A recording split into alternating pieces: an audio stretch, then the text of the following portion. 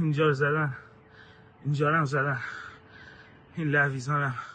Pendudukan Israel melancarkan serangan terhadap Iran pada Jumat 13 Juni dini hari.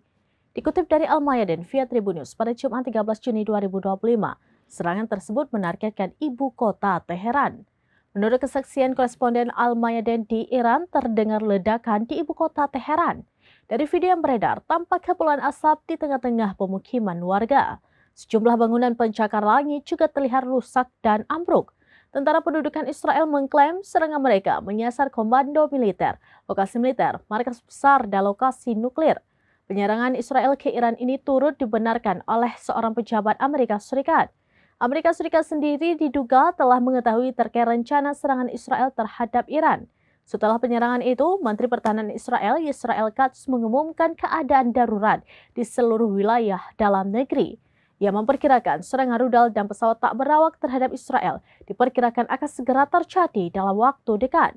Kabinet Keamanan Israel mengadakan pertemuan setelah mengumumkan keadaan darurat tersebut.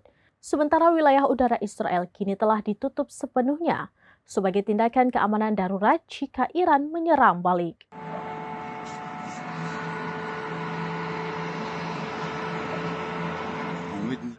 اینجا رو زدن این لحظه. Demikian informasi terkini Syederalun. Saksikan terus beragam informasi lainnya. Coba like dan share seluruh akun serambinews.com. Download Tribun X sekarang.